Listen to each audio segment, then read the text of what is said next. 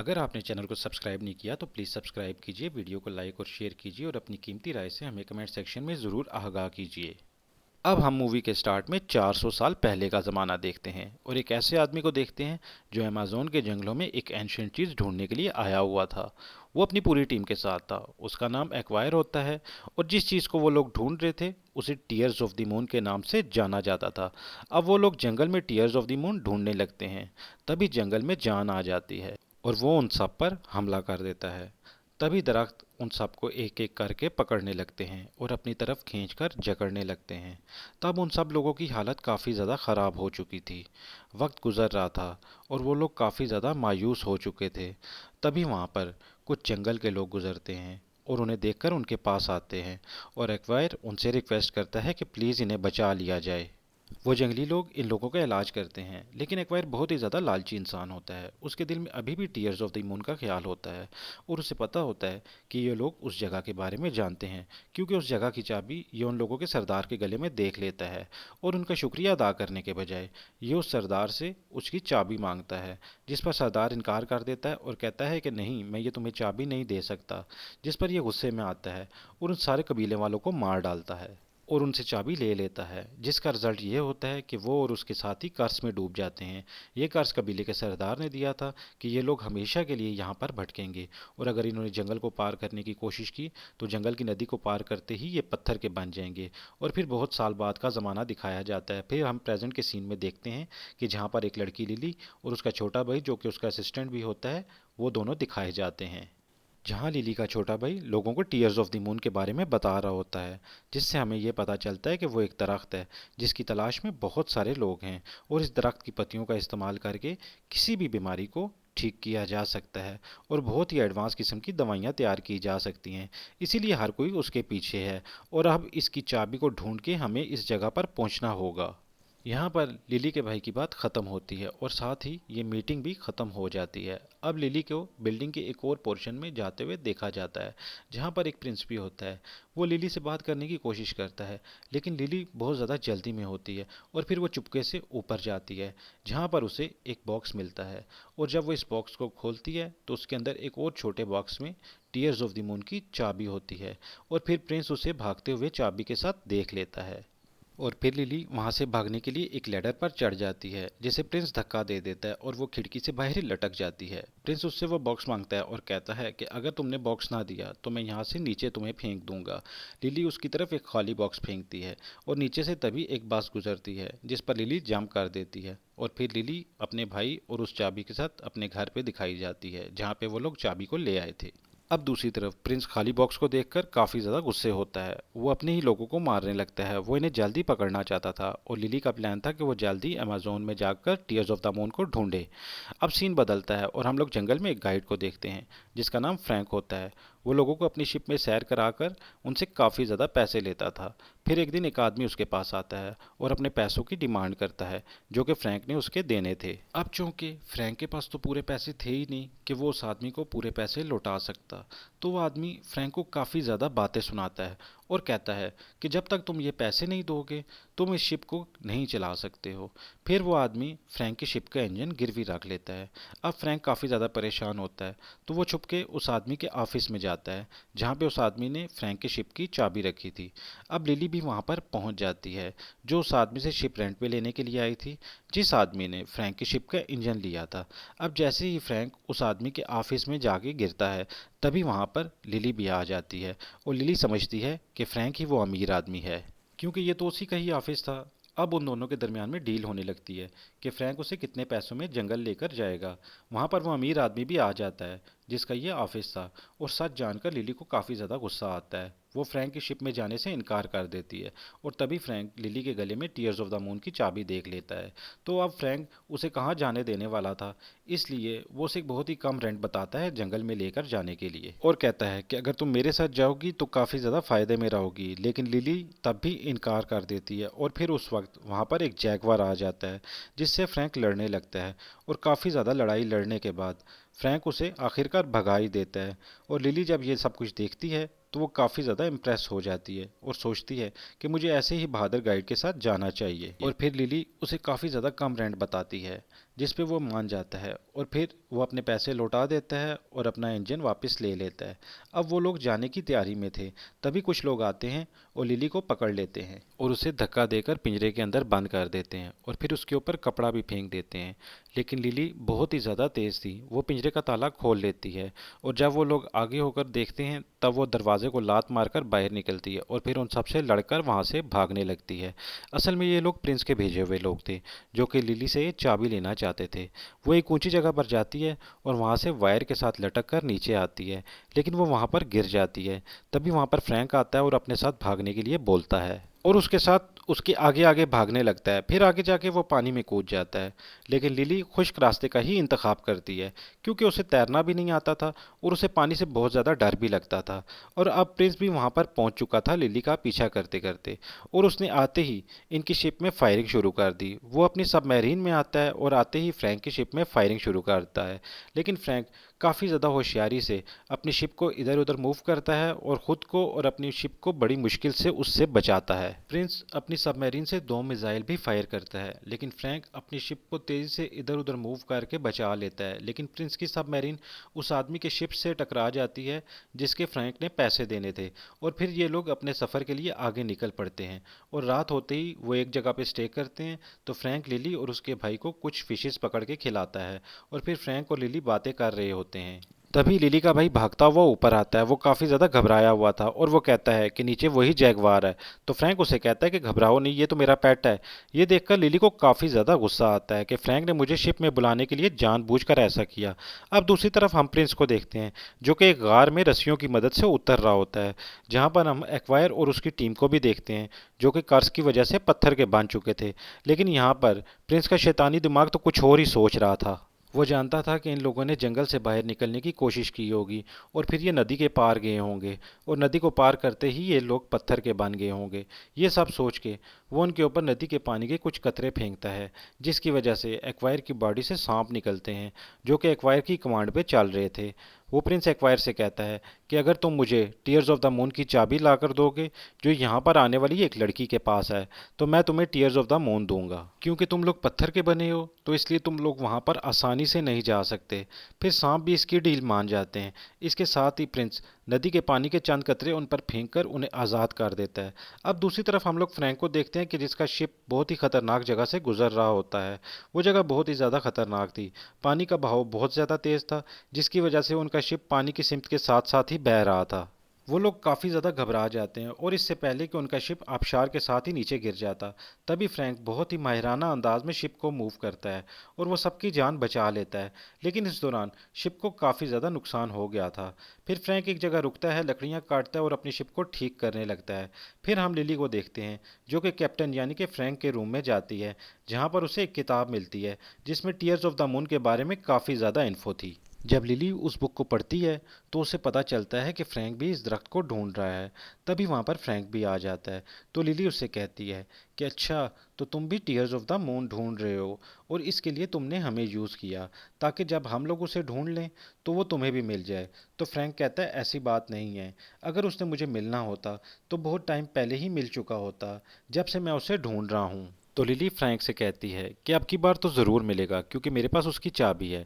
फिर उन्हें ऊपर से आवाज़ आती है और जब ये लोग ऊपर जाते हैं तो वहाँ पर जंगल के लोग होते हैं, जो कि इन्हें पकड़ लेते हैं। फिर फ्रैंक उन लोगों से उन लोगों की ज़ुबान में बात करता है और लिली से कहता है कि मैंने इन्हें बोला है कि ये लोग मुझे कैद कर लें, तुम्हारा और तुम्हारे भाई का कोई कसूर नहीं है, तुम लोगों को ये लोग छोड़ दें। लेकिन जंगल के लोग फ्रैंक की कोई बात नहीं मानते और फ्रैंक से अपनी ज़ुबान में कुछ कहते हैं। तो फ्रैंक लिली से कहता है ये लोग टीयर्स ऑफ द मून की चाबी मांग रहे हैं और ये तभी हमें यहाँ से जाने देंगे। लेकिन लिली कहती है नहीं, हरगिज़ नहीं, और फिर वो अपनी रस्सी काट लेती है और उन लोगों पर हमला कर देती है। तभी जंगली लोगों की सरदार बोलती है कि फ्रैंक का प्लान फेल हो गया है, और फिर लिली को पता चल जाता है कि ये सारा ड्रामा फ्रैंक का था, सिर्फ और सिर्फ चाबी हासिल करने के लिए। फिर वो फ्रैंक के मुंह पर एक मुक्का मारती है। अब जंगली लोगों की सरदार लिली को सारा नक्शा समझाती है कि तुमने वहां पर किस तरह से पहुंचना है। तो लिली फ्रैंक से कहती है कि अब मैं अकेले ही उस जगह पर जाऊंगी, मैं तुम पर और ट्रस्ट नहीं कर सकती। तो फ्रैंक उसे कहता है कि तुम और तुम्हारा भाई मेरी मदद के बगैर अकेले वहां पर नहीं जा सकते। तो लिली उसे बस इतना बोलती है कि सब कुछ पॉसिबल है। लेकिन इससे पहले कि वो लोग वहां से निकलते, वहां पर एक्वायर और उसकी टीम आ जाती है, जो कि बहुत अजीब लग रहे थे। एक्वायर के जिस्म से सांप बाहर आ रहे थे और इसके साथियों के जिस्म से कीड़े मकोड़े थे। इनमें से एक के जिस्म के साथ शहद की मक्खियां थीं और उनके पास अलग किस्म के हथियार थे। लेकिन फ्रैंक उनसे लड़ने लगता है। लेकिन एक्वायर लिली के गले से वो चाबी चुराना चाहता था जिसके लिए वो यहाँ पर आया था। तो फ्रैंक लिली को बचाते हुए एक दरख्त के साथ से लटक कर दूसरे दरख्त पर चला जाता है, लेकिन साथ साथ एक्वायर के आदमियों के साथ लड़ता भी रहता है। उनमें से एक लिली के गले से वो चाबी चुरा लेता है और दूसरे की तरफ फेंक देता है।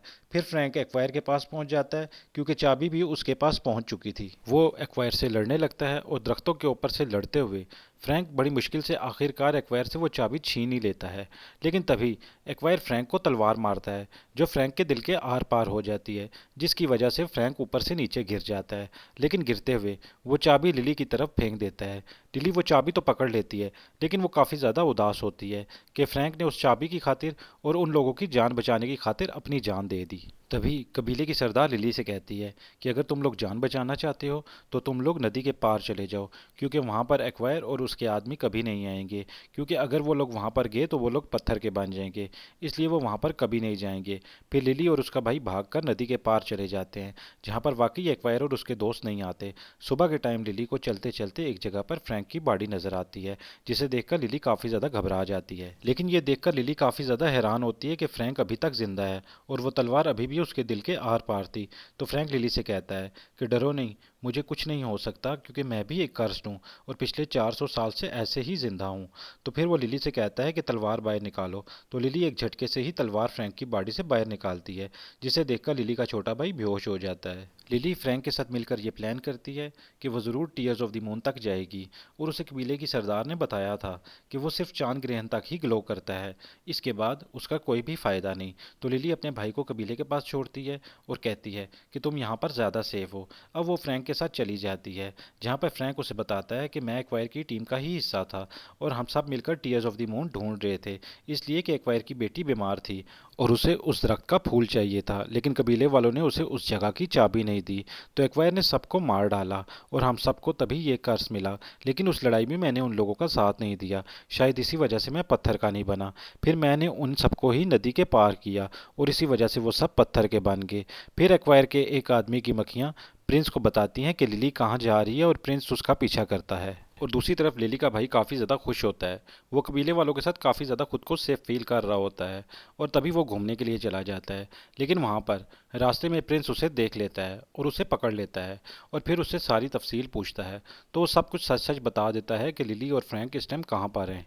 और उधर फ्रैंक और लिली सफ़र करते करते आखिरकार दरख्त के करीब पहुंच जाते हैं। तो फ्रैंक पानी के अंदर कूद जाता है। जब वो पानी के अंदर जाता है तो उसे एक दरवाज़ा नज़र आता है जिसे ये चाबी लगानी थी। तो वो वापस आता है और लिली को समझाता है कि तुम्हें मेरे साथ पानी के अंदर जाना होगा। लिली पहले तो बहुत ज़्यादा डरती है, लेकिन फ्रैंक उसे समझाकर नीचे ले जाता है। जब लिली दरवाज़ा खोलने लगती है तो उसका पाँव एक पत्थर पर आता है, जिसकी वजह से वो एक जगह पर फंस जाती है। अब फ्रैंक तो बाहर था, लेकिन वो अंदर, और वो ऊपर जाकर ऑक्सीजन भी नहीं ले सकती थी। तभी वहाँ पर कुछ गोश्तखोर मछलियाँ आती हैं, तो फ्रैंक उन्हें लिली से दूर ले जाता है क्योंकि वो लिली को नुकसान ना पहुँचा सकें। और तभी लिली ऑक्सीजन ना मिलने की वजह से बेहोश होने लगती है, लेकिन फिर वो थोड़ी हिम्मत करती है और दरवाजे को खोल ही लेती है, जिसकी वजह से सारा पानी दरवाजे के अंदर चला जाता है। और फिर फ्रैंक और लिली ऊपर आ जाते हैं, लेकिन इससे पहले कि वो लोग अंदर जाते और दरख्त को ढूंढते, तभी वहाँ पर प्रिंस आ जाता है, जिसकी कैद में लिली का भाई होता है। और वो उसके सर पे गन रखकर लिली को ब्लैकमेल करता है और कहता है कि अगर तुमने मुझे चाबी ना दी तो मैं तुम्हारे भाई को मार डालूंगा। तो लिली उसे अपने भाई के लिए वो चाबी दे देती है। फिर वो सब लोग मिलके दरवाजे के अंदर चले जाते हैं, लेकिन जब वो लोग उसके करीब पहुंचते हैं तो देखते हैं कि दरख्त तो जला हुआ है और काला है, उसे तो ग्लो करना चाहिए था।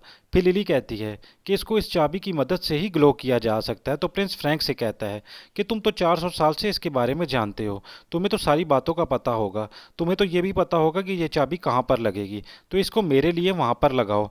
जिस पर फ्रैंक कहता है कि इस पर मेरी एक शर्त है। कि मुझे एक फूल चाहिए, मैं अपने ऊपर से ये कर्ज ख़त्म करना चाहता हूँ और मैं मरना चाहता हूँ। जिसे सुनकर लिली को काफ़ी ज़्यादा दुख होता है। फिर फ्रैंक उस दरख्त के पास जाकर देखता है तो उसे समझ नहीं आती कि वो चाबी कहाँ पर लगेगी।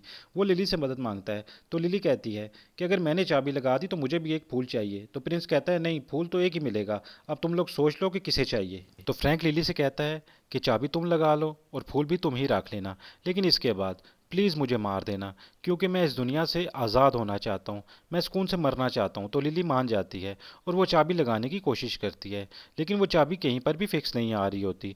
तभी उसे याद आता है कि कबीले के सरदार ने उसे बताया था कि इसमें सांप का दिल है। वो इस पत्थर को यानी कि चाबी को तोड़ देते हैं तो अंदर से रेड कलर का जैम निकलता है जो कि उसका दिल होता है, और फिर वो एक जगह पर फिक्स करते हैं, जिसके बाद पूरा दरख्त ग्लो करने लगता है और उस पर गुलाबी रंग के फूल निकल आते हैं। और ये देखकर प्रिंस की शैतानी आंखें भी चमकने लगती हैं। लेकिन इससे पहले कि वो कोई फूल तोड़ता, फ्रैंक प्रिंस के लोगों पर हमला कर देता है। वो अपना सर एक आदमी के सर पर जोर से मारता है और इसके बाद लड़ने लगता है। और तभी फ्रैंक का जैगवार भी बाहर आ जाता है और लोगों पर हमला कर देता है। और इसी बात का फ़ायदा उठाते हुए लिली दरख्त पर चढ़ जाती है। लेकिन परेशानी की बात यह थी कि चांद ग्रहण खत्म होने में बस 1 मिनट बचा था और ये 1 मिनट तो ऊपर चढ़ने में लग गया था। और जैसे ही लिली फूल तोड़ने वाली होती है तो फूल मुरझाने लगते हैं और राख बनकर गायब होने लगते हैं। लेकिन फिर भी वो वहाँ पर एक छोटा सा फूल तोड़ ही लेती है। तो प्रिंस ये देखकर चिल्लाने लगता है कि ये फूल मुझे दे दो। लिली वो फूल नीचे फेंकती है जिसे फ्रैंक पकड़ लेता है। ये सब देखकर प्रिंस और एक्वायर को काफ़ी ज़्यादा गुस्सा आ जाता है। वो लिली को जान से मारने का सोचते हैं क्योंकि ये तो आखिरी मौका था जो उनके हाथ से निकल चुका था। लेकिन फ्रैंक उनको फूल दिखाते हुए अपने पीछे लगाता है और अपनी शिप लेकर वहाँ से निकल जाता है। और जैगवार लिली के भाई को वहीं पर उतार देता है। फिर लिली का भाई और प्रिंस आपस में लड़ते हैं और फिर प्रिंस के ऊपर एक पत्थर गिरता है जिसकी वजह से वो मर जाता है। अब एक्वायर काफ़ी ज़्यादा गुस्से में फ्रैंक के जहाज़ के पीछे जाता है। दूसरी तरफ हम देखते हैं कि लिली को एक कपड़े में लिपटा हुआ फूल मिलता है जो कि फ्रैंक ने जाने से पहले लिली के भाई को दे दिया था। जिस पर लिली बहुत ज़्यादा इमोशनल हो जाती है कि फ्रैंक ने हमारी जान बचाने के लिए और फूल देने के लिए अपने पीछे ये मुर्दे लगा लिए। उधर ये शिप एक जगह जाकर टकराता है और वहाँ पर दरख्तों में जान आ जाती है। तो दरख्त उन्हें जकड़ने लगते हैं और फिर देखते ही देखते ये सारे लोग दोबारा से पत्थर के बन जाते हैं। लेकिन इस दफ़ा फ्रैंक भी उनके साथ शामिल था। लिली जब यहाँ पर आती है तो ये देखकर काफ़ी ज़्यादा दुखी हो जाती है। वो अपने हाथ फ्रैंक के चेहरे पर लगाती है, लेकिन वो तो बिल्कुल बेजान था। लिली उस फूल को जिसके लिए उसने अपनी जान की बाजी तक लगा दी थी, वो फूल फ्रैंक के मुंह में रख देती है। लेकिन वो फूल भी गायब हो जाता है, लेकिन फ्रैंक ठीक नहीं होता। तो ये काफ़ी ज़्यादा नाउम्मीद होकर अपने भाई के साथ वापस जाने लगती है। फ्रैंक का जैगवार भी वहाँ पर बैठा हुआ था जो कि काफ़ी ज़्यादा उदास था। और जब ये लोग जा रहे थे तभी जैगवार की आवाज़ आती है। तो लिली सोचती है कि काश फ्रैंक ठीक हो चुका हो। ये सोचकर वो फ़ौरन से भागती है और वापस आती है तो देखती है कि फ्रैंक ठीक हो चुका है और उसके सर से खून भी आ रहा है, जिसका मतलब था कि उसका कर्ज ख़त्म हो चुका है। तब ये सब लोग बहुत ज़्यादा खुश होते हैं। जैगवार भी खुशी से छलांगे लगा रहा होता है। फिर ये चारों वहाँ से निकलते हैं। लेकिन तभी फ्रैंक की नज़र पड़ती है और वो देखता है दरख्त पर एक और फूल निकला है जिसे तोड़कर वो लिली को दे देता है और लिली उसे लेकर अपने मुल्क में आ जाती है। फिर उसे दवाइयों में इस्तेमाल किया जाता है और बहुत सारे लोगों की जान बचाई जाती है। अब मूवी के लास्ट सीन में हम देखते हैं कि लिली फ्रैंक को इस नई दुनिया में रहना सिखा रही होती है। वो इसे गाड़ी चलाना सिखा रही होती है और उनके पीछे जैगवार भी बैठा होता है और वह लंदन की रोड्स पर बहुत ज़्यादा मज़ा करते हैं। इसके साथ ही मूवी एंड हो जाती है।